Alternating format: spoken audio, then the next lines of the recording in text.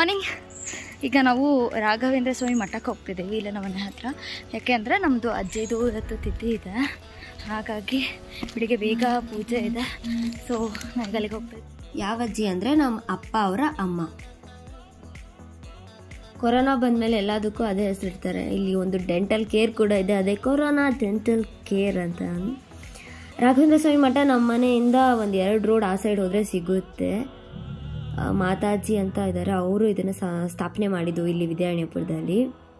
ನಮ್ಮ ಅಜ್ಜಿ ತೀರ್ಕೊಂಡು ಸುಮಾರು ವರ್ಷ ಆಗಿದೆ. ಅಂದರೆ ನಮ್ಮ ಅತ್ತೆ, ನನ್ನ ಸೋದರತ್ತೆ ಎಲ್ಲ ತುಂಬ ಚಿಕ್ಕ ವಯಸ್ಸಲ್ಲಿದ್ದಾಗಲೇ ಅವ್ರು ತೀರ್ಕೊಂಡ್ರು. ಅವರು ಕೂಡ ಸರಿಯಾಗಿ ನೋಡೇ ಇರಲಿಲ್ಲ ಅಂತೆ, ಹಾಗೆ ಅವರು ಒಂದು ಆಕ್ಸಿಡೆಂಟಲ್ಲಿ ತೀರ್ಕೊಂಡಿದ್ದು.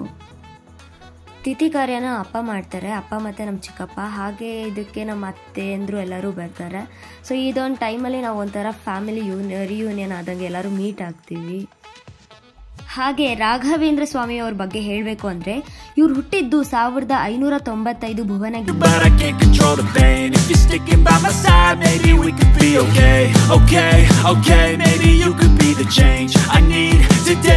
ಹೆಂಡತಿ ಹೆಸರು ಸರಸ್ವತಿ ಬಾಯಿ.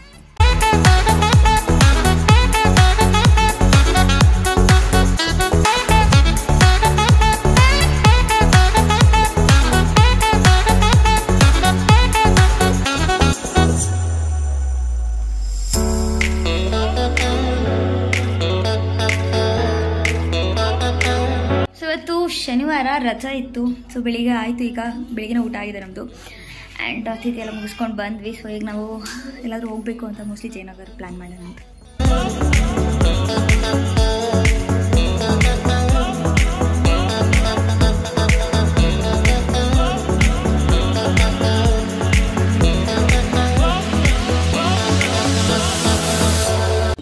ಸೊ ಇವ್ರನ್ನ ನಾವಿವಾಗ ಜಯನಗರಕ್ಕೆ ಹೋಗ್ತಾ ಇದ್ದೀವಿ, ಹಾಗೆ ಶಾಪಿಂಗ್ ಮಾಡೋಣ ಅಂತ. ಬನ್ನಿ. ನಾವು 3 ಜನ ಲೇಡಿ ಗರ್ಲ್ಸ್ ಹೋಗ್ತಾ ಇದ್ದೀವಿ.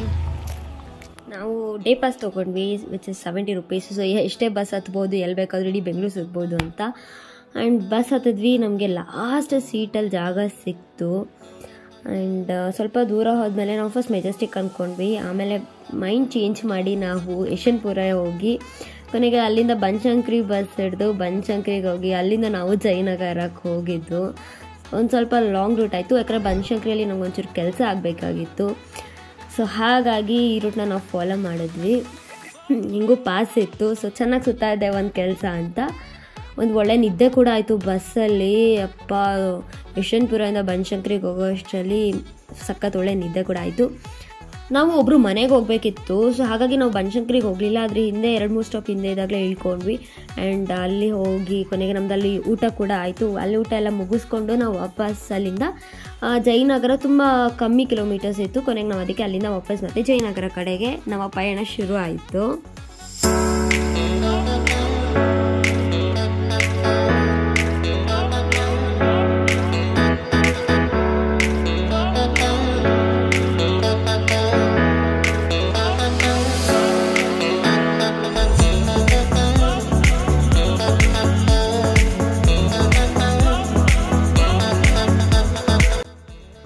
ಮೊದಲು ಬಸ್ ಇಳಿದು ಫಸ್ಟು ನಾವು ಒಂದು ಐಸ್ ಕ್ರೀಮ್ನ ತಿಂದು, ಯಾಕಂದರೆ ಒಂಥರ ಫುಲ್ ಟಯರ್ಡ್ ಆಗಿತ್ತು. ಹಾಗಾಗಿ ಈಗ ನಾವು ಜಯನಗರದಲ್ಲಿ ಸ್ವಲ್ಪ ಮುಂದೆ ಬಂದ್ವಿ. ನಾವು ಅಲ್ಲಿ ಕಾರ್ನ್ ತೊಗೊಂಡ್ವಿ, ಇಂಡಿಯನ್ ಸ್ವೀಟ್ ಕಾರ್ನ್. ಬಟ್ ಚೆನ್ನಾಗಿರಲಿಲ್ಲ ಹೇಳಬೇಕು ಅಂದರೆ. 40 rupeesಗೆ ವೇಸ್ಟ್ ಅನಿಸ್ತು.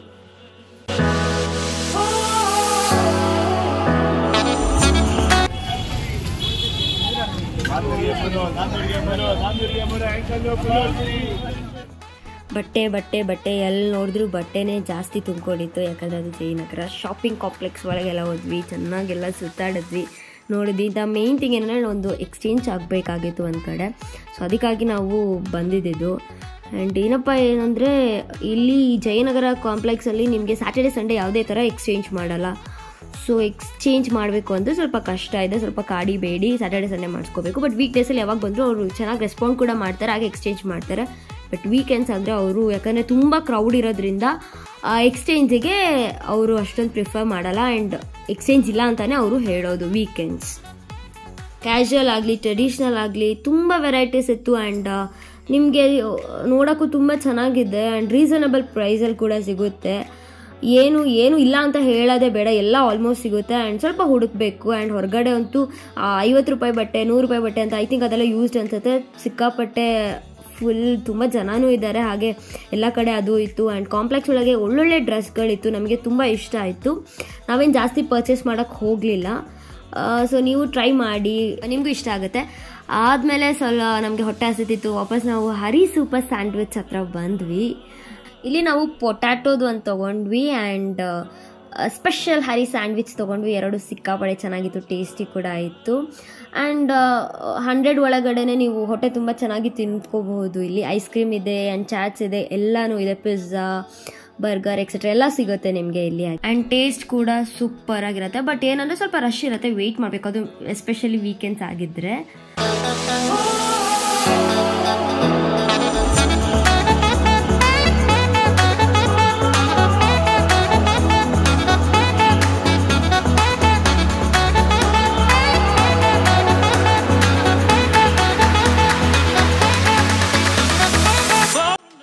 ಅಲ್ಲೇ ಸ್ವಲ್ಪ ಮುಂದೆ ಗೋಬಿ ಮಾಡ್ತಾಯಿದ್ರು. ಸೊ ಅದನ್ನು ಕೂಡ ನಾವು ಅಲ್ಲಿ ಹೋಗಿ ಗೋಬಿ ಟ್ರೈ ಮಾಡಿದ್ವಿ, ಚೆನ್ನಾಗಿತ್ತು.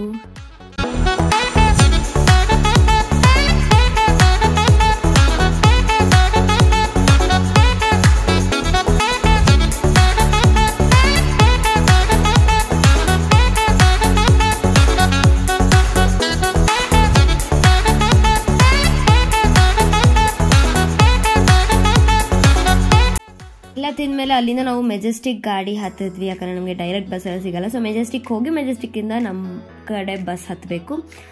ಸೊ ನಾವು ಹೊಟ್ಟೆ ಬೇರೆ ಫುಲ್ ತುಂಬಿತ್ತು. ಕೊನೆಗೆ ಬಸ್ ಸದ್ಯ ಸಿಕ್ತು ಮೆಜೆಸ್ಟಿಕ್. ಇಮಿಡಿಯೇಟಾಗಿ ಹತ್ತಿದ್ವಿ. ಮೆಜೆಸ್ಟಿಕ್ ಬಂದಮೇಲೆ ನಾವು ಸ್ವಲ್ಪ ಹೊತ್ತು ಕಾಯಬೇಕಾಗಿತ್ತು, ಯಾಕಂದರೆ ನಮಗೆ ಬಸ್ ಸಿಗಲೇ ಇಲ್ಲ.